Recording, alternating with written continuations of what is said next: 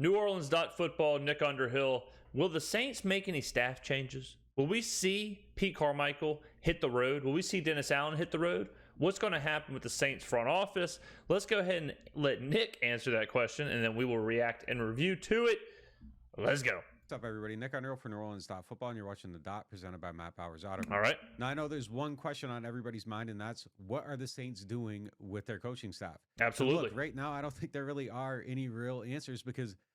All right, so this is the big question. This is the question. I mean, I have belabored the point, to say the least, that the Saints' problems this year were mostly coaching, mostly personnel decisions, coaching, play calling, situational calling, everything that I would grade a coach on.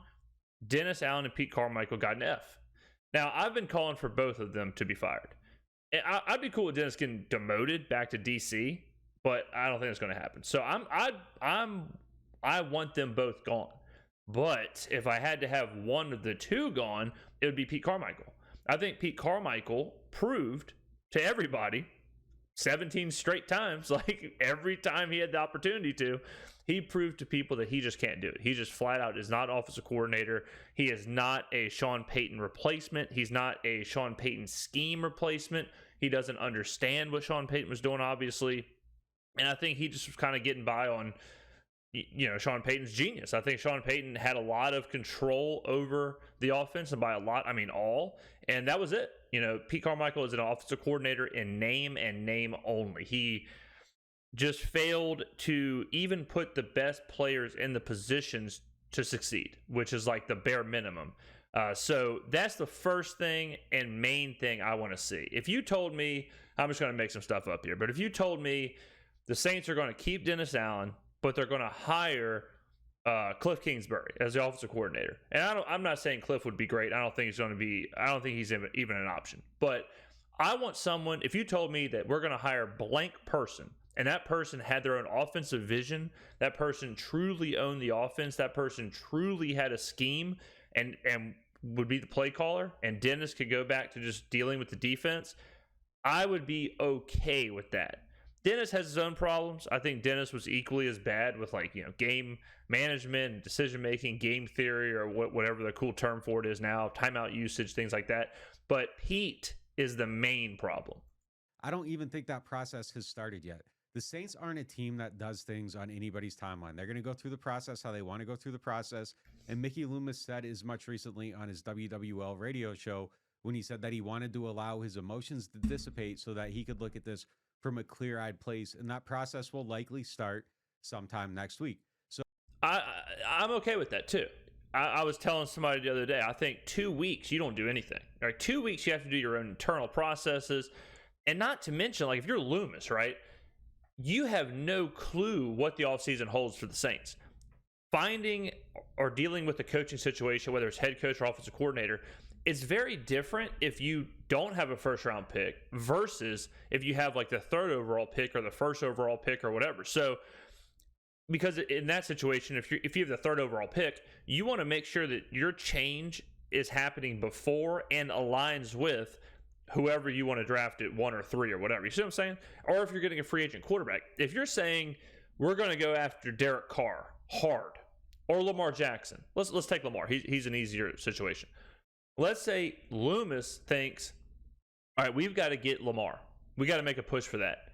You don't want to go get an offensive coordinator or a head coach or whatever that has an opposite philosophy that someone that needs to run an offense with Lamar. So there are a lot of checks that have to happen. Sean Payton, his whole situation has to happen. Now, the bad part is that all that's got to happen before, I would say, the middle of February, because you want to have like the Senior Bowl timeline is where you want to have your coaching staff in place to start looking at prospects, start looking at free agency, start looking at the draft. The draft is in late April. So I would give this whole thing, I'd put like a January 17th. So that'd be next week. So next week, January 17th until probably late February is the window where I would assume these decisions have to be made. So that doesn't mean that the Saints are going to make changes or that they aren't going to make changes. But if they do, those decisions haven't even been reached yet. So Yeah, I for still sure. think it's possible that we see some stuff happen, particularly on the offensive side of the ball. And look, I know their timeline isn't ideal. The rest of the league is already firing people. They're setting up interviews. They've started their process. But truthfully speaking, even though we all want to see what's going to happen next, they still are in a favorable position. Nobody's It's better to wait. It's better to wait for us because we have so much leverage with Peyton, and we don't have to rush. So, these other teams, they have no leverage, like the Cardinals.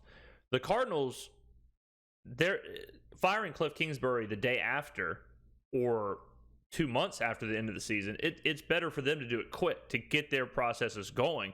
We can wait, right? We can wait. We can wait, see what happens with Peyton, and he can't even talk to teams until January 17th. So, yeah, I mean, as much as I would like for tomorrow Loomis to come out and say, hey, Allen's gone, Carmichael's gone, we're interviewing candidates, it wouldn't make any sense. So we do have to temper kind of our timelines as fans. And I know fans are, they're bloodthirsty creatures, right? They want to see changes. They want to see new If it was up to the fan base, we would have a new quarterback. We would have Sean Payton traded. We would have a new head coach. We would have a new offensive coordinator, and everything would be good to go. All right. But in reality, the season ended, 5 days ago? So I have no qualms with a 2 to 3 week hiatus on us hearing those conversations before there's any kind of actual movement. Getting hired yet, and they could make calls starting tomorrow or next week or Tuesday or whenever it is and start bringing people in and be in good shape. Now, you don't want to let this go on for too long because now people are going to start getting hired and they've already made decisions. But that isn't where anybody's at in this process yet. So there's still ample time for New Orleans to make any changes they want to make and get the people they want to get. Absolutely. Whew, that was quite the music drop there. Absolutely. And in a couple weeks, and let's say we fire Pete Carmichael. I think that's going to happen. I think that's to me that's obvious. Dennis Allen's questionable. I would fire him, but I don't know if he's going to get fired. But I think Pete Carmichael will go. So let's say we fire Carmichael in 10 days. Just to appease the fans, I wouldn't mind hearing the Saints are interviewing Frank Reich. Something like that. The Saints are interviewing whoever for those positions. Just to start getting our ball rolling, just to appease the fans, get some interviews in. Interviewing Frank Reich or interviewing whoever isn't going to hurt anybody's feelings. So I think that's going to be the next steps we see in a couple of weeks. So this was a short video, one question, one answer. Thank you to New Orleans.football for putting this video up for us to react. Hey, by the way, since I have a couple extra minutes, thank you very much, guys, for the support on the channel as of late. We've been popping off. Every video is garnering hundreds to thousands of views. The subscriber has gone up couple hundred in the last couple weeks. We're on the way to 1,000, a very pretty number, a very symbolic number. So I'm glad y'all are enjoying the channel, watching the channel, or listening, however you ingest it, as much as I'm enjoying creating and pumping this kind of stuff out. So thank you again. I appreciate it. All the comments, the engagement, I try and respond to all the comments. I really enjoy that part. So whatever you're thinking, put it in the comments below. I do try and respond to all of the comments, whether negative or positive. I certainly read all the comments, but I do try and reply, especially in the first 24 hours. So if you have a question, thought, whatever, put it down below. Thank you very much for watching. I'll see you at the next video.